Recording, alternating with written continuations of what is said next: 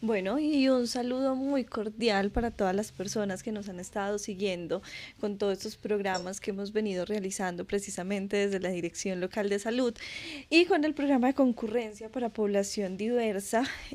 Hoy continuamos precisamente con temas de interés para toda la comunidad. En el programa anterior abordamos todo lo que era la línea de salud mental y hoy queremos hacer justamente la segunda parte de este programa, porque sí sentimos que nos quedó un poco corto en todos los temas que abordamos. Hablamos un tanto del estigma, del efecto que tiene en nuestra cotidianidad, todo lo que tiene que ver con la discriminación y pues hoy queremos justamente profundizar en ese aspecto. En esa oportunidad me acompaña Joana Zuluaga, psicóloga.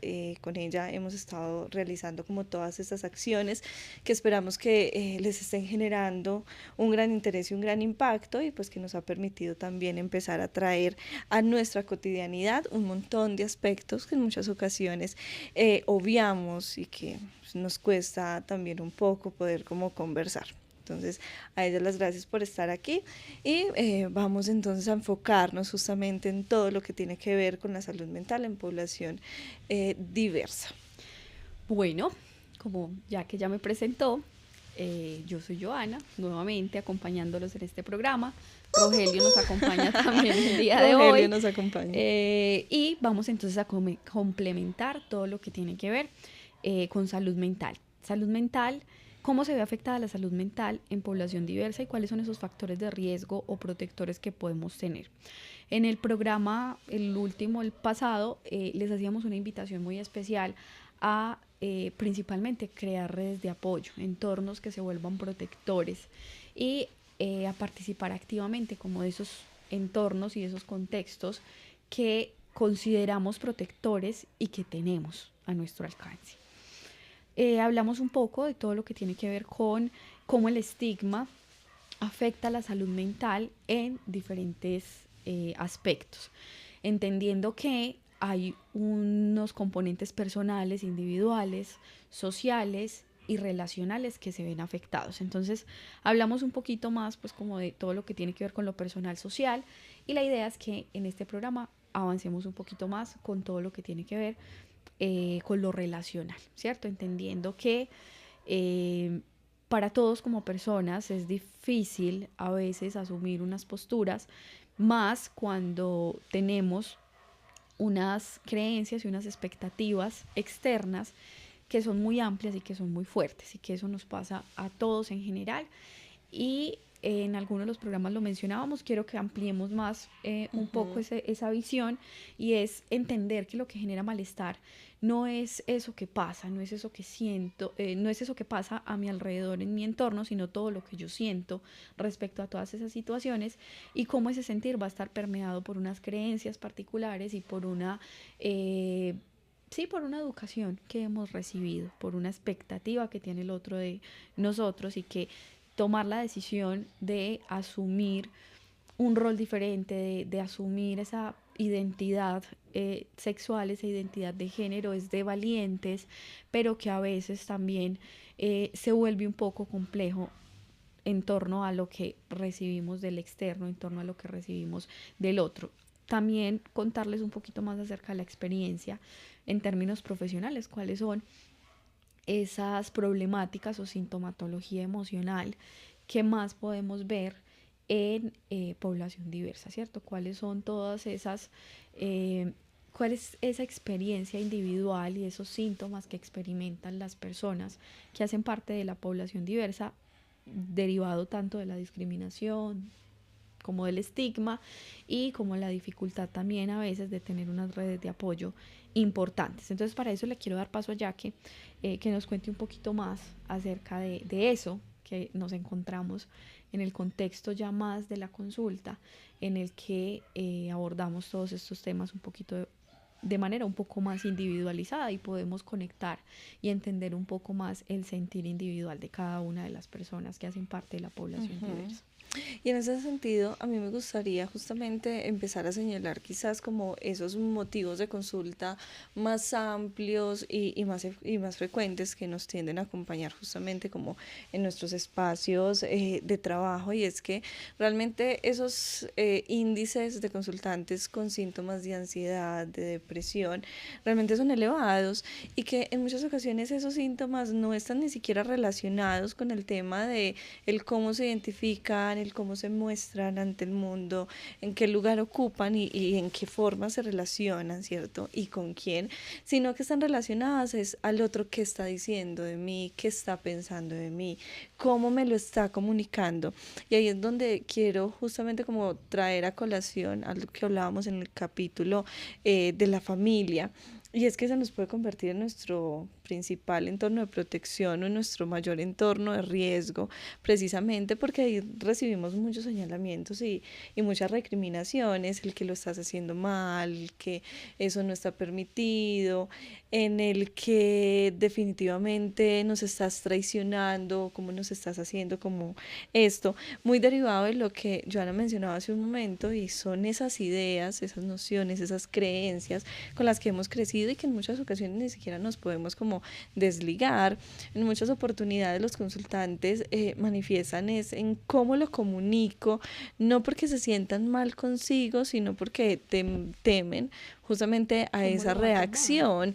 El hecho de, no, entonces, si vos vas a ser homosexual, si vas a ser lesbiana, bisexual, entonces te tienes que ir de la casa, no puedes habitar justamente en un entorno. Y ahí es donde se profundizan muchísimos factores de riesgo, porque es bueno, me quedo sin vivienda, me quedo sin un techo, sin un apoyo fundamental. En muchas ocasiones son personas económicamente vulnerables, entonces ¿para dónde me voy? ¿En qué condiciones? Y ese es uno justamente de los principales, digamos, como efectos emocionales, la incertidumbre de qué hacer con mi vida en términos prácticos, ¿cierto?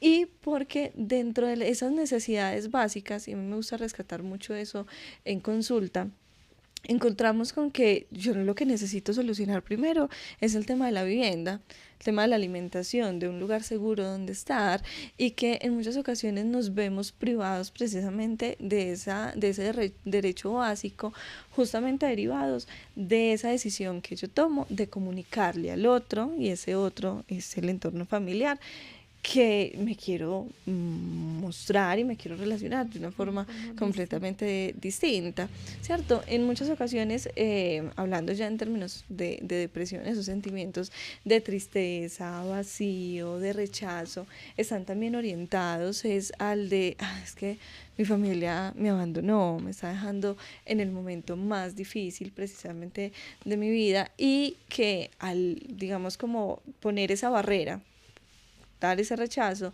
pues voy a tener que ir a exponerme y a vulnerar quizás otros derechos. En el programa anterior lo hablábamos con Mariana, con el ejemplo que nos daba de esta persona en su lugar de trabajo, en donde termina siendo estigmatizado, entonces cómo puede estar en riesgo de vulneración en términos de su derecho laboral, o cuántas veces hemos visto en nuestros municipios cercanos las personas que se identifican como trans ser recriminadas por el cómo se viste y que no concuerda justamente con un estándar. Entonces ahí se van reforzando justamente todas estas nociones y cuando empiezan a haber vulneraciones de derechos y empezamos a vivir también en entornos violentos, eso genera también otra cantidad de impacto, que es, por ejemplo, todo lo que tiene que ver con estrés postraumático, Ujú. ¿cierto? El cómo yo ya me he expuesto ante situaciones que me han violentado, que me han agredido y que a partir de ello yo ya no me voy a querer exponer, ¿cierto? Yo no le voy a querer eh, asistir a un trabajo, a una entrevista laboral porque me trataron mal. Hablábamos de la violencia institucional, por ejemplo, cuántas veces nos han referido también, es que el médico me trató mal, es que no me dieron solución a lo que necesitaba, entonces yo, pero yo no voy a volver. No voy a volver justamente porque me sentí vulnerable. Y eso es otro de los efectos que tienen sobre la salud mental de la población LGTBIQ+. Otro factor que se ve con frecuencia es todo el tema de la ideación suicida, que es un tema bastante sensible y delicado, no solamente dentro de la población, sino a nivel general, y de cómo precisamente esos estigmas van haciendo que las personas pierdan el significado, pierdan el sentido, que no encuentran un lugar en donde sentirse cómodos, en donde poder desarrollarse de manera plena, porque si vamos avanzando en esa escala de necesidades, ahora les mencionaba las básicas, pero aparte de eso también hay otras necesidades respecto a la autorrealización, al trabajo, a la formación, a la construcción de familia, y que el entorno, cuando tiene tantas ideas estigmatizantes, va de una u otra manera como poniéndole trabas y truncando ese desarrollo personal, y que finalmente terminan en situaciones como las que les estoy mencionando, de completamente la desconexión de vida, ¿cierto? Yo no me puedo mostrar, no me puedo exponer porque todos me van a rechazar. Claro, y es un tema que es supremamente complejo en términos de, bueno, hablamos un poco de la sintomatología ansiosa y que muchas veces casi que es el mal de nuestros tiempos, ¿cierto? Donde hay una angustia frecuente, hay una angustia constante frente a un montón de situaciones y es complejo cuando, listo, la angustia y la ansiedad que yo tengo ni siquiera es por lo que yo siento, por cómo me identifico, por el lugar que quiero habitar en el mundo, sino por cómo lo va a tomar el resto, ¿cierto? Siempre hay un tema importante del resto y se hablaba un poco con Mariana en términos de la violencia por prejuicio, que pocos la conocemos y realmente le damos importancia y no nos vamos muy lejos. Ustedes que están en casa, puede ser que no pertenezcan a población diversa, pero ¿quién no ha sentido en algún momento que lo juzgan o que lo estigmatizan por cualquier razón? ¿Cierto? Todo este proceso que hemos venido haciendo, poníamos el ejemplo de cómo a veces con un comentario yo puedo generar un malestar en el otro y sin necesidad de que pertenezca a población diversa. Ahora, cuando ya yo pertenezco a una población que de entrada ha sido muy vulnerada, pues tengo mucho más miedo, tengo mucha más angustia de enfrentar un montón de retos y de situaciones a las que me voy a tener que enfrentar, sea porque salgo del closet o porque no lo hago, porque entonces lo conversábamos en el programa de salir del closet. Bueno, es necesario o no es necesario. Para algunas personas es importante porque les permite nombrarse de una forma y eso les quita un poco esa angustia, esa incertidumbre, pero como cuando hago eso en lugar, listo, yo lo hago buscando tener un poco de tranquilidad y que se baje un poco esa incertidumbre, pero lo hago y se me generan otras situaciones, el señalamiento, la mirada de la persona cuando voy por la calle, que voy caminando y entonces percibo de mis vecinos o de mis cercanos el susurro, el murmullo, el que me señalan, el que entonces yo me siento juzgado. Entonces es como, a ver, yo hago un esfuerzo gigante, tomo una decisión de dar ese paso que no es fácil, que no es fácil decirle al otro todo eso que estoy sintiendo, todo eso que estoy pensando y que me identifico de una forma que no es la esperable, ¿sí? Que no es lo que me han enseñado. Y entonces cuando lo hago me encuentro con esa situación de murmullo, ¿cierto? De juzgar, de que el otro me señala. Entonces, como que listo, esto me da una tranquilidad, pero luego me doy cuenta que tuvo un efecto contraproducente. ¿Sí? Que yo estaba buscando una tranquilidad, que yo estaba buscando trabajar un poco en sentirme mejor conmigo mismo, en no cargar ese peso de un secreto que se dice a voces, porque todo el mundo quisiera sacarme del closet y yo lo hago, pero entonces, ¿de qué me sirvió hacerlo? Y que ahí yo, bueno, Rogelio se va a robar la palabra precisamente para traer a colación un punto, y es que cuando nosotros hablamos de diversidad, no solamente convoca a la persona, como lo dice Joana, que va a salir del closet o la que justamente se va a exponer, sino que también nos compete al resto de comunidad de nosotros cómo vamos a actuar. ¿cierto? Cómo vamos a reaccionar y cómo vamos a acompañar, porque lo que muchas veces encontramos en el contexto es que ese tema no tiene nada que ver conmigo, ¿cierto? Ujú. Si yo no pienso, si yo no siento, si yo no me comporto de X o de Y manera, tiene que ver con todo el mundo menos conmigo, ¿cierto? Y que en muchas ocasiones esa idea, y cuando hablamos de salud mental, también pasa mucho, Ujú. y es que eso le pasa a los demás allá, ¿cierto? Pero no me pasa a mí, no le pasa a mi familia, no le pasa a mi entorno cercano. Y en muchas ocasiones esa idea de distancia precisamente es la que nos hace reaccionar de las maneras como estigmatizantes, violentas, incluso a veces sin siquiera reconocerlo, ¿cierto? O sin siquiera darnos Darnos cuenta. cuenta. Y que esos espacios de reflexión, cuando los construíamos, también iban orientados a eso, a que nosotros asumamos una postura activa frente al tema. No activa desde que es que vamos a salir del closet o que tengamos que pensar de la misma forma que piensan las personas. No se trata de eso, pero sí una manera activa en términos del respeto y la apertura, al menos la escucha de eso que nos convoca, ¿cierto? De mínimamente tratar de entender y acercarme al concepto de diversidad, de orientación sexual, de género y de cómo contribuyo a la permanencia del problema o a la solución, al avance, porque finalmente a lo largo de la historia hemos descubierto eso, ¿no? Mm. No somos lo mismo que éramos hace 100 años Y o que hace ahí, y 200. que ahí entra también en juego un tema importante que tiene que ver con el conocimiento de, ¿cierto? Es como, esto Ujú. no me toca, entonces, como no es cercano a mí, porque mi familia nadie se identifica con población diversa, pues entonces yo no tengo por qué saber sobre ese tema o acercarme un poco a lo que es, a lo Ujú. que significa, y seguimos teniendo una creencia de, es que es una enfermedad. No, no es una enfermedad. Se le va a pasar, es que está confundido y eso se le va a pasar. No, es que no estamos hablando de que esto es una enfermedad que tiene cura, ¿cierto? Lo mencionamos en algunos de los programas y es lo que tiene que ver con listo, incluso algunas enfermedades o condiciones no tienen cura.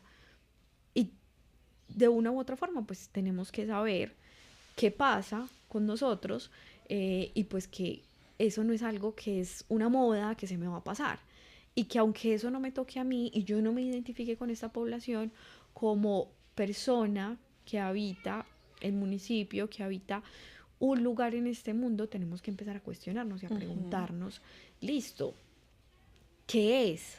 ¿Por qué se da? ¿Por qué pasa? No desde juzgar sin tener el conocimiento, sino desde empezar a darnos cuenta y a entender que esto no es una enfermedad, que yo no me identifico con esta población porque sí, pues porque quise o Ujú. porque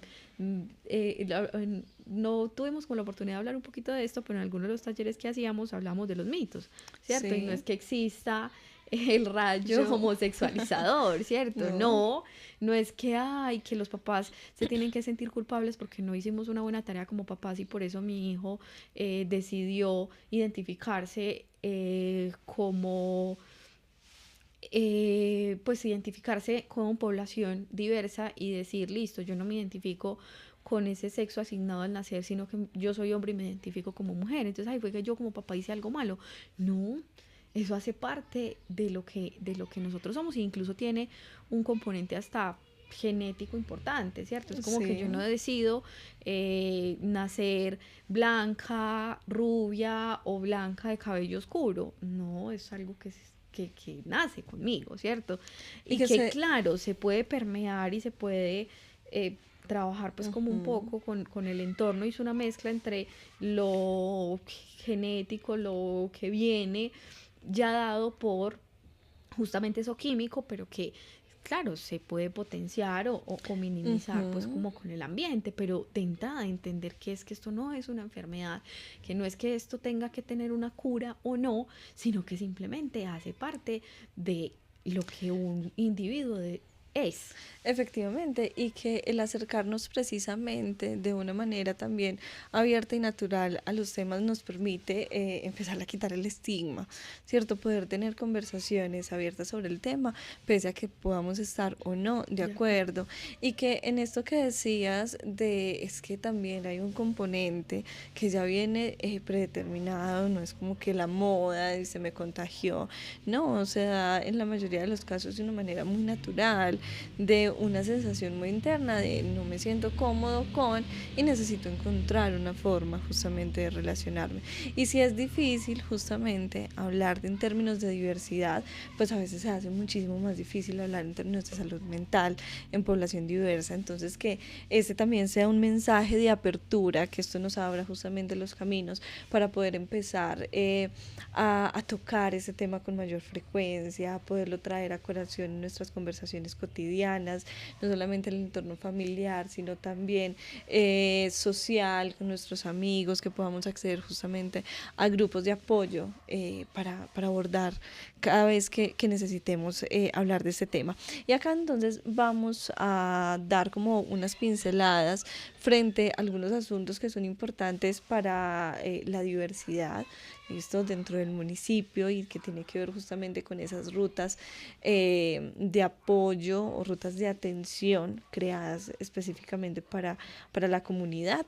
En este caso, muchas de esas rutas son más conocidas en el asunto de mujeres, porque es quizás un tema que hemos escuchado hablar con mayor frecuencia, pero que en el caso de la población diversa también existe, y que lo vamos a trabajar un poco como por categorías, y pues Joana nos va a ejemplificar un poco de qué trata todo esto. Sí, bueno, vamos a ver si es posible mostrarles en pantalla la ruta de atención que hemos estado construyendo para ustedes, en la que, como ya que decía, pues se trabaja 4 puntos importantes, ¿cierto? Entonces nosotros, como personas, como individuos, una de las herramientas más importantes que tenemos es el conocimiento, aprender, saber a qué tenemos derecho, cuáles son nuestros deberes, apropiarnos de esos deberes y también saber dónde o pues a qué lugar acudir cuando sentimos que se nos puede vulnerar algún derecho. Ahorita lo mencionaba ya que en términos de a veces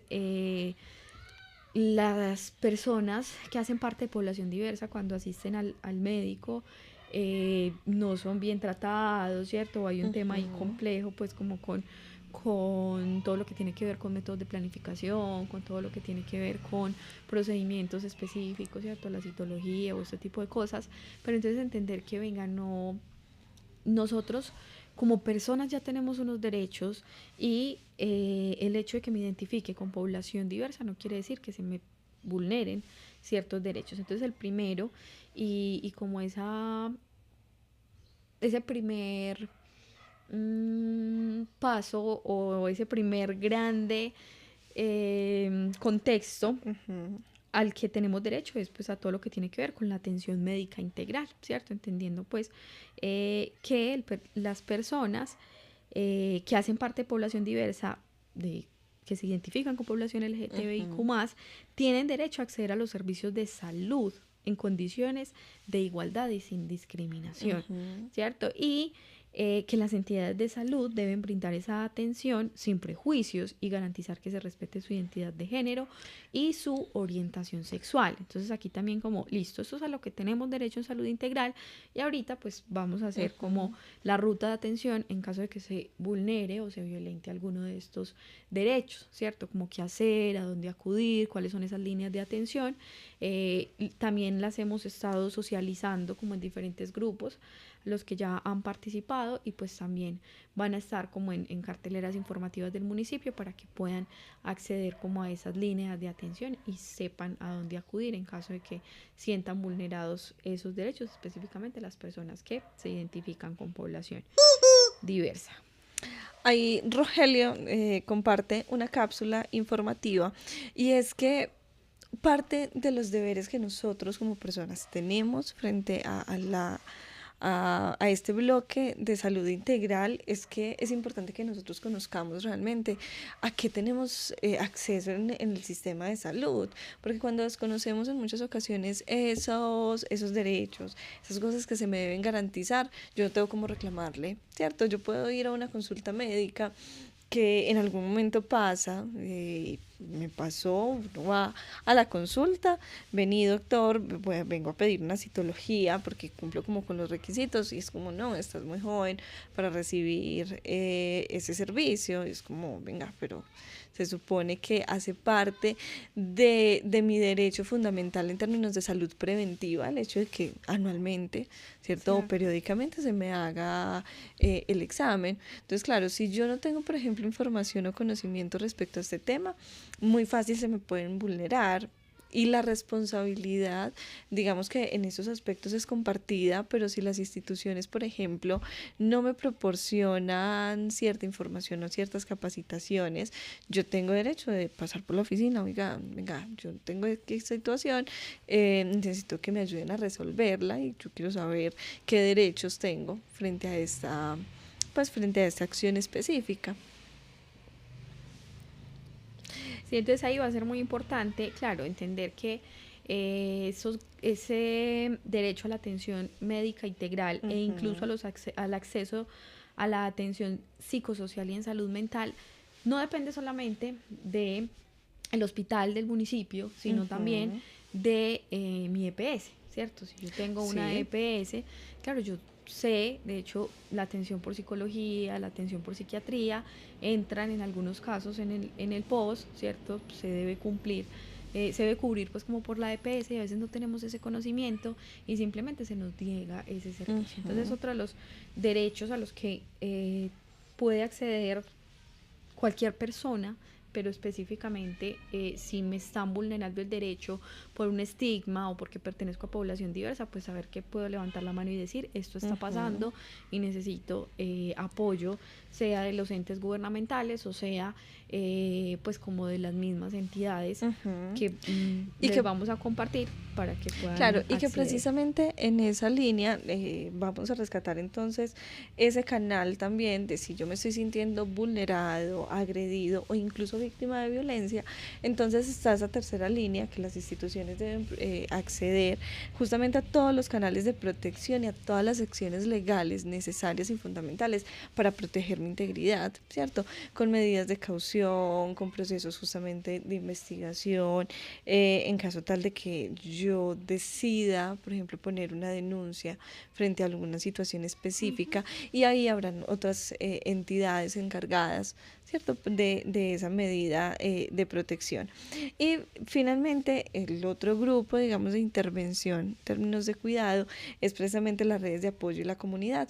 Lo que les hemos insistido, digamos, en los últimos programas, el hecho de pertenecer a redes de apoyo, el hecho de poder acceder a esos grupos que ya están conformados, los grupos juveniles, en este caso, por ejemplo, acá en Granada, el tema de la mesa diversa, de la plataforma de juventud, que se hace completamente indispensables precisamente para construir toda esta noción de comunidad y toda esa noción de respaldo que se hace completamente necesaria en este tipo de situaciones, sobre todo cuando estamos hablando de violencia y de que se nos estén violentando los derechos fundamentales que tenemos como personas. Y finalmente, entonces, ¿qué hacemos para activar una ruta? ¿Qué hacemos para hacer valer un poco nuestros derechos? Entonces, lo primero que tenemos que hacer es identificar casos de discriminación, de vulneración de derechos. Luego de hacer esa identificación debemos hacer una denuncia que sea formal. A partir de esa denuncia ya las entidades públicas, como lo mencionamos ahorita, tienen ese deber de garantizar la justicia y la protección. Y por último, pues que se tenga un seguimiento. Entonces, para poder acceder como a todos estos servicios, pues va a ser importante todo lo que tiene que ver con dirección local de salud, entidad de género, autoridad de género que se tiene acá en el municipio. Entonces, digamos que son como hospital, dirección local de salud y autoridad de género, son como esos entes aliados que tenemos cuando enfrentamos una situación de estas, y es a los que debemos acercarnos, levantar la mano, hacer un llamado, denunciar o exponer mi caso. Solicitar ayuda, Y solicitar precisamente. ayuda en caso de que se requiera. Y que también hay otras instituciones aliadas. Está, por ejemplo, el proceso de comisaría de familia, también es muy valioso en estos casos. La policía también, para situaciones, digamos, de violencias, también está toda la acción protectora desde la fiscalía. Y que nosotros como ciudadanos, justamente cuando nos comprometemos con nuestro cuidado, también nos comprometemos con las acciones que nos ayuden de una u otra manera a afrontar si ya estamos siendo parte o víctimas, perdón, de este tipo de situaciones. Entonces también es una invitación a, si estamos pasando por alguna situación adversa, poder alzar esa mano, poder pedir ayuda, porque esa es la acción, digamos, como inicial y principal para nuestro autocuidado, que es justamente de todo esto que queríamos reflexionar a lo largo de estos programas. Traer temas de interés y de importancia para todos, como les decíamos hace un momento, no solamente se trata del vecino, del otro municipio, sino que también me convoca a mí como miembro de la comunidad, porque puede que, ya lo mencionaba, en mi familia no haya ningún caso. Ninguna persona que se Exacto. identifique con comunidad diversa, pero eso no me hace ajeno a la realidad y a la situación. Entonces, tener muy en cuenta todo esto que hemos conversado, apropiarnos de cuáles son nuestros deberes, y en esos deberes pues también está todo lo que tiene que ver, yo les decía ahorita, o en otro programa, no recuerdo, que tenemos que darle más valor a lo que tenemos y no a lo que nos hace falta. Sabemos cuáles son nuestros derechos, velamos y luchamos porque se nos cumplan esos derechos, pero hacemos uso de lo que ya tenemos, ¿sí? De todas esas redes de apoyo, de mesa diversa, de todos esos contextos que se vuelven protectores, y entendiendo que listo, cuando necesito ayuda, también la busco, levanto la mano y me hago cargo de mí, de mis emociones, de todo eso que siento, de todo eso que me puede generar incomodidad, malestar en algún momento, y poder extender pues como todo ese aprendizaje y ese conocimiento que yo tengo en torno al tema a la comunidad. Entonces esperamos que haya sido, que todos estos programas les hayan dejado un mensaje importante en términos del respeto, de la apertura y de la inclusión, entendiendo que todo esto que hemos conversado no es ajeno a nosotros, sino que hace parte del diario vivir, no es una enfermedad. A cualquier pues cualquier conocido nuestro puede identificarse con población diversa, y no es que esté enfermo o que está confundido y esto se le va a pasar, no. Simplemente hace parte de lo que él es y cómo se identifica, y poder tener, al menos si yo no estoy de acuerdo, si no me parece, si no comulgo con esas ideas, pues poder al menos decir: respeto la postura del otro y trato desde mi ser y desde mi postura no juzgar, porque suficiente le cuesta a estas personas, bastante trabajo les cuesta poder luchar contra eso que ellos mismos sienten y piensan, identificarse y tomar la decisión de hacerle frente como a esa situación. Entonces como que no es que necesitemos más señalamientos del externo. Claro que sí. A todos gracias por abrirnos precisamente los espacios en sus hogares, por abrirnos también la escucha, y esperamos, como lo decía Joana, que esta serie de programas les dejen a ustedes una enseñanza, sobre todo desde ese tema de la inclusión, del respeto por el otro y de la no discriminación, para no seguir postergando este mal que de verdad les pasa a muchas personas. Entonces, así finalizamos toda esta línea de programas. Esperamos justamente acompañarlos en otro tipo de espacios, y al canal también muchas gracias por abrirnos los micrófonos y las cámaras para transmitirles a todos ustedes estas informaciones que son tan importantes. Así que Rogelio se despide y nosotras también. Nosotras también nos despedimos. Muchas gracias por todo.